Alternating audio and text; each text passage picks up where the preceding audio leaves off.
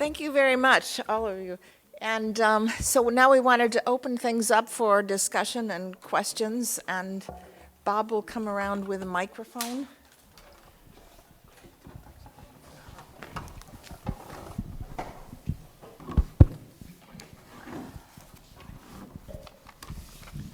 I think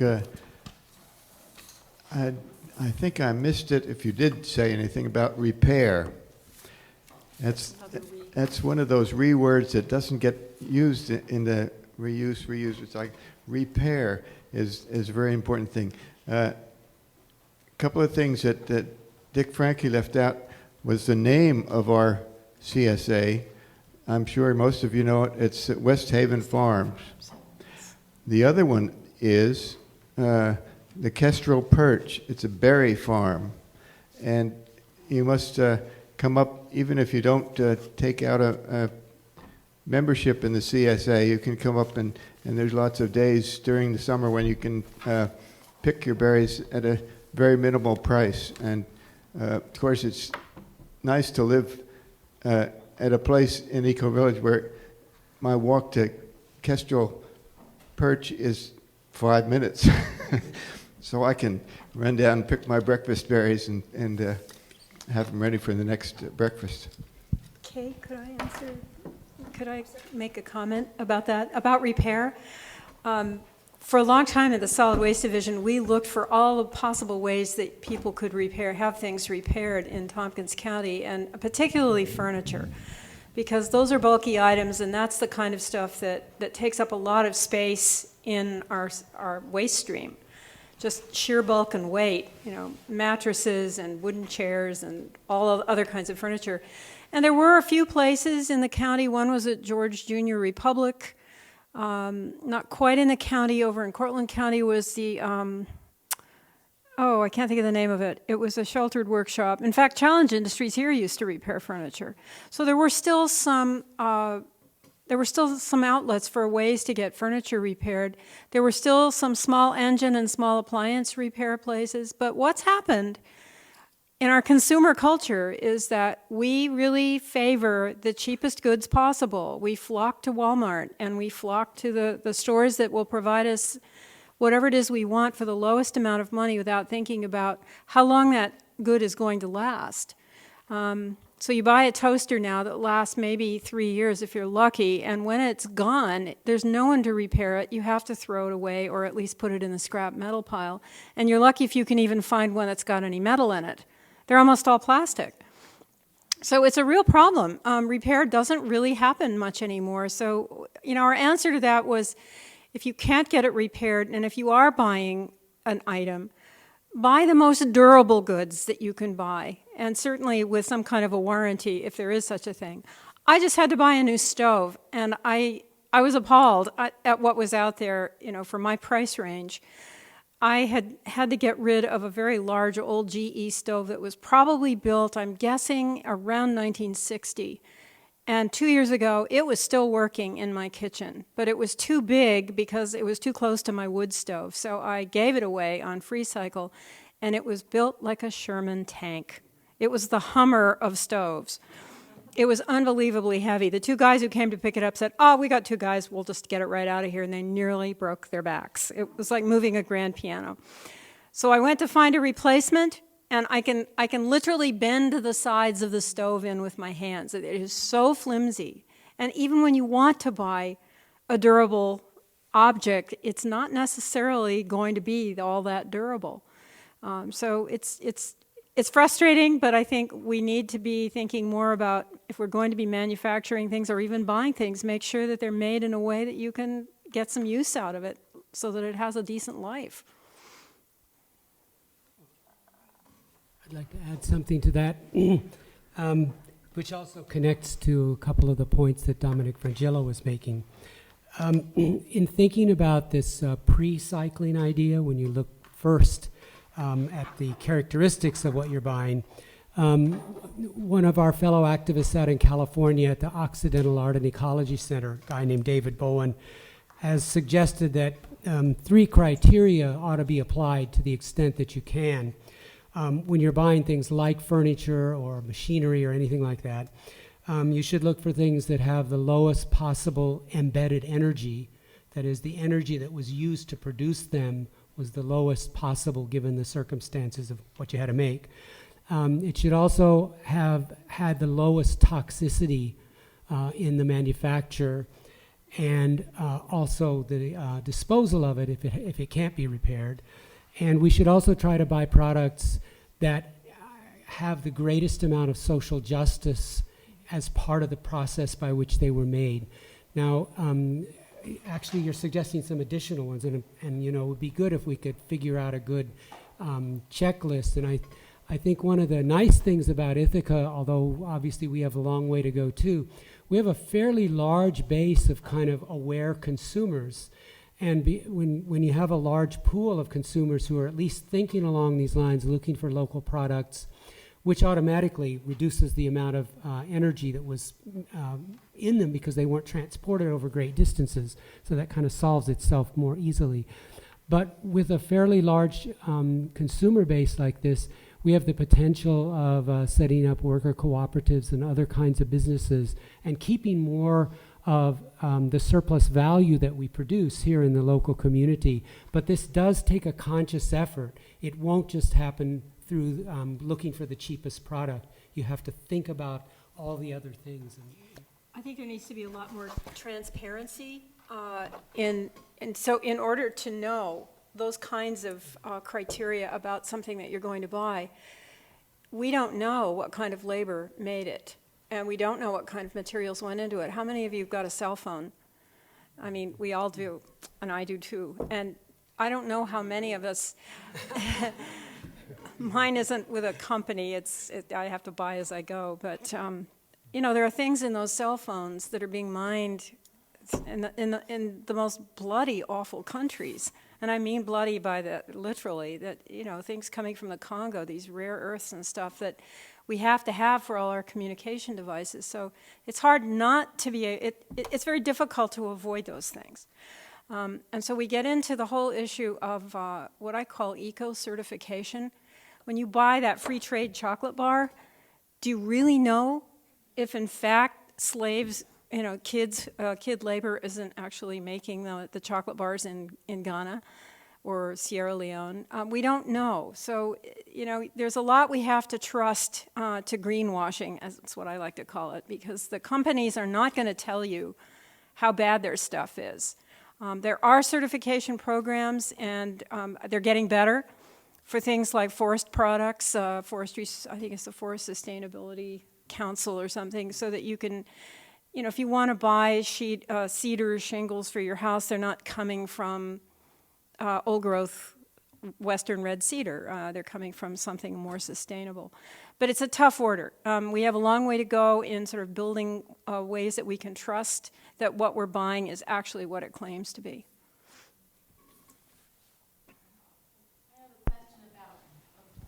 I have a question about compost. Now, we compost our table scraps, and there's been a few times where we haven't been able to do that, and I'm always shocked at how heavy and voluminous our garbage is. But many people don't compost for one reason or another. I mean, for many people, it's not practical, and for us, actually, we're always trying to outwit the rats that seem to be able to get into our compost.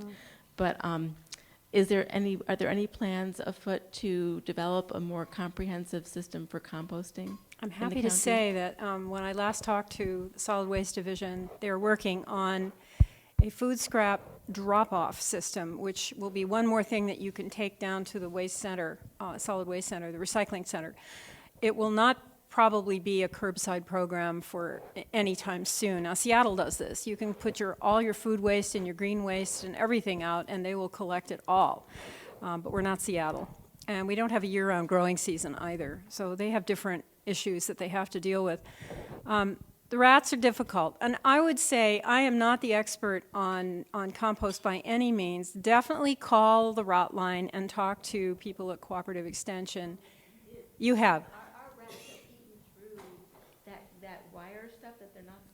Yeah, they eat through everything. They're really terrible. Got to be begun. You didn't hear me say that.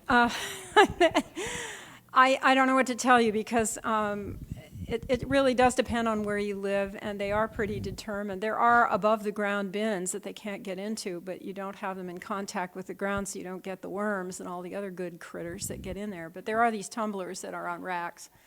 That seems kind of extreme, but they do work. I just had one comment back to repair. There is someone in town who does caning chairs. Yes, and I've So, had her do my chairs. She's done lots of my and my chairs. canoe seats. Yeah, so- She's very good, but she's not getting any younger. No, she's not. So she needs to train some new people.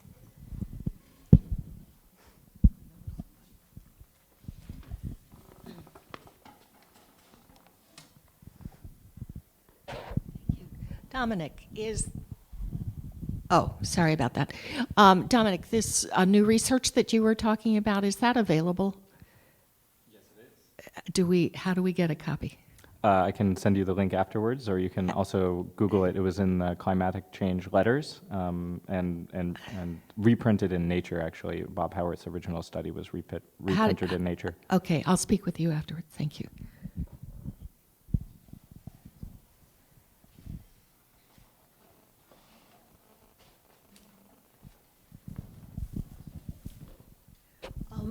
Could you say something about carbon or offsetting your carbon? And a second part of that, is there a way to offset methane, or is not possible?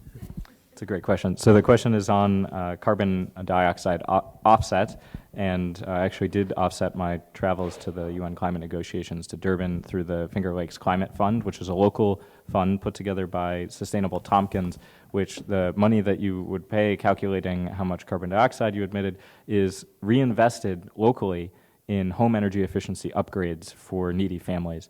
So where instead of sending that to some company or a service elsewhere in the country or in the world, we're reinvesting it right here locally, creating good jobs, upgrading people's homes, putting people back to work, creating the clean energy economy that we want. And I have not yet heard of methane emission offsets. I'm sure someone will be working on that shortly. I'd like to add something to that. Sustainable Tompkins over there at the table has little cards that explain how to do carbon offsetting, and it's surprisingly cheap. If you go on a trip, say by car, the carbon offset is 1 cent per mile. And if you go in an airplane, it's 1/2 cent per mile. And the calculator is on the Sustainable Tompkins website, sustainabletompkins.org, and it takes approximately 1 minute to do the offsetting. You click 3 or 4 times, and how many miles or where did you fly from from this place to that place, and it tells you how much you owe. When I do it, it's usually less than $10. I don't know if you go to South Africa, it must have been a little more. But and then you just put your credit card number in and you get a receipt emailed to you. And it's also tax deductible because it's a nonprofit organization and the money is being used for what are legally, I think, charitable purposes. But in any case, it's a really great way to contribute. And right now in Tompkins County, we have about 46 people doing it. And this means that we can buy a new high-efficiency furnace approximately once every 6 months for a low-income family, or improve the construction of their house. If we can get more people doing it, a lot of people spending $5 to $10 here and there, we can add it up. It takes about $1,500 to actually do one of these retrofits. So it's a really easy thing to do, and if you haven't been doing it, I encourage you to think about it. It's simple to do, and it's inexpensive.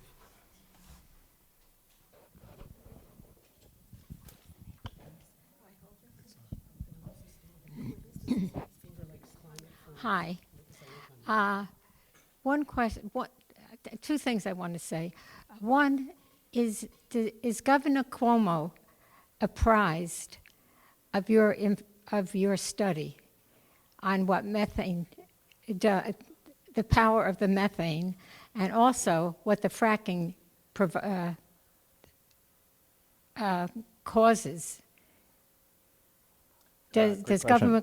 Governor Cuomo know that? So, great question. The question again was whether Cuomo is aware of the study. So we actually did meet with former Mayor Carolyn Peterson and Chair of the County Legislature Martha Robertson, and myself met with the Deputy Assistant to Cuomo on Energy, Tom Cogman, and we relayed the study, handed him all the information as well as with the DEC, and we seem to be, we'll take that under consideration. So I think they if you figure out a better way to get the message to the governor, please let me know.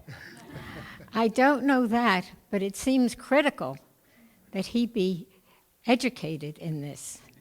Well, I think he will be soon. There are rumblings of 350.org, which is an international national organization working on, by Bill McKibben, 350 is the maximum safe level of parts per million of CO2 in the atmosphere. They're planning an action this spring targeting Cuomo to get his attention, so you may be hearing a lot more about that soon.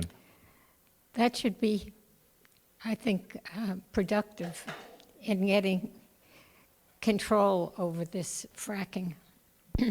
And I want to say about the composting.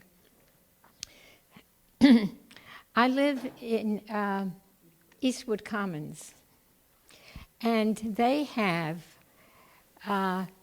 one of the women there got a group together for people to voluntarily do composting, and contacted I don't know the company that does the pickup, that provides the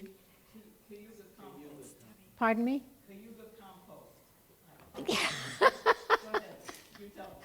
You go compost, and they provide the container that it goes in. They pick it up, and all the community people need to do is bring their compost over to these containers. And I'm saying that this is a wonderful, wonderful thing. We can't believe the amount of water that we save from the disposal, the amount of money that's saved in not paying to take out garbage, and the benefit to all of us by doing this. And I wonder if there are different legislators, local legislators, that could get neighborhoods to do the same thing. In our instance, at Eastwood Commons, the organization pays for the compost to be picked up. But for ordinary citizens to participate in the program and even to share the cost of it, they would still be coming out economically ahead. That's another one of the lovely benefits of being here in Ithaca is that we do have large-scale composting. This wasn't always the case, but Cayuga Compost is a going business. And how many of you like to garden? I imagine quite a lot of you. How many of you actually have purchased Cayuga Compost? Aha! You have to close that loop. It's available for sale, usually in the spring and summer. I can get it at the Green Star. It comes in, I think, 20, 25-pound bags, and it's good stuff. So if you really want to send them your compostables, then you really should help them close the loop by making sure that they have a viable market for their materials, because believe me, if they don't have a place to put the stuff down and get rid of it, they'll stop composting. So it's very important to close that loop.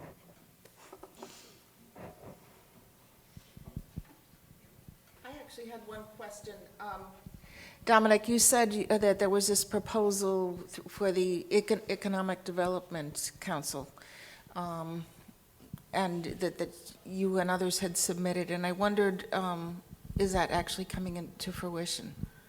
Yes, that was a leadership by Executive Director Ken Schlatter of Cornell Cooperative Extension of Tompkins County, and Peter Bardaglio, who's the coordinator for the Tompkins County Climate Protection Initiative, put that proposal to the governor's task force, And it was included in the proposal, and it's currently it's standing out there. I don't believe it was funded at the full rate, and so we'll see what happens moving forward. But the key thing is that doing that would, and again, upgrading home energy efficiency for homes and businesses throughout the region would leverage over $1.2 billion in private capital. We actually don't need large amounts of government funding to do this. We know that with the stock market being shaky, there's all this billions of dollars of capital just sitting on the sidelines waiting to be invested. So if we can just have a little bit to get it started, we can invest literally over $1 billion right here in the southern tier, putting people back to work.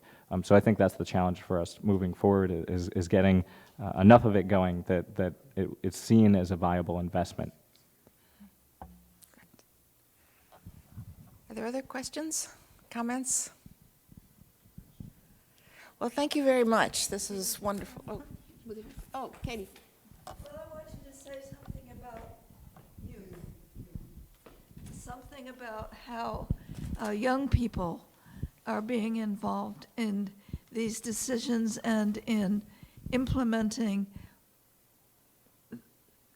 the corrections that you are all suggesting. I think being the youngest person on the panel, I think that was directed at me.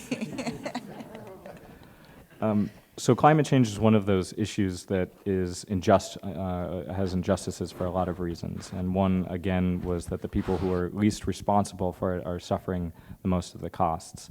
And that's true of rich nations and poor nations. It's true of rich people and poor people within nations, and it's true of intergenerationally as well.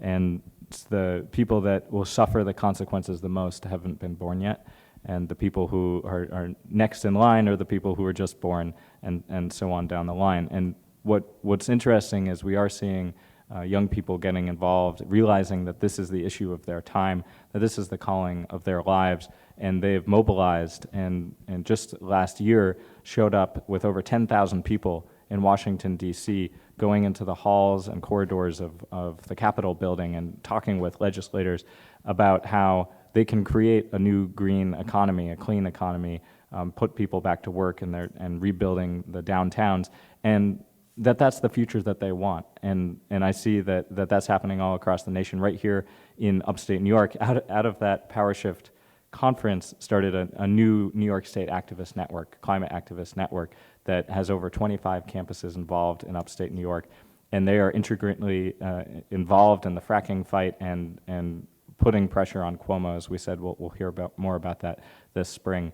A really exciting development is in the great tradition of nonviolent civil disobedience. They're organizing the largest civil disobedience training in the history of the world. Over 100,000 people will be getting trained in the context of the 99% and the Occupy movement, and they will be training right here in the southern tier in central New York, putting the pressure, people power back, so that our voice is being heard, and young people are playing a huge role in that.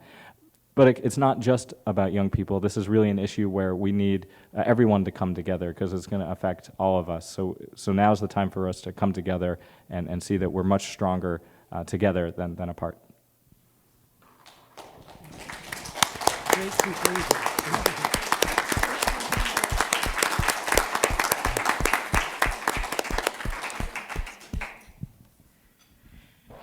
Thank you very much, and people are welcome to, hang out now and talk to the panelists and any of the rest of us. And there's some refreshments back here, and there are things that Lynn Leopold brought that are up here, and then some displays and representatives from Sustainable Tompkins are over there. And thank you all for coming. Good. That was great. Nice.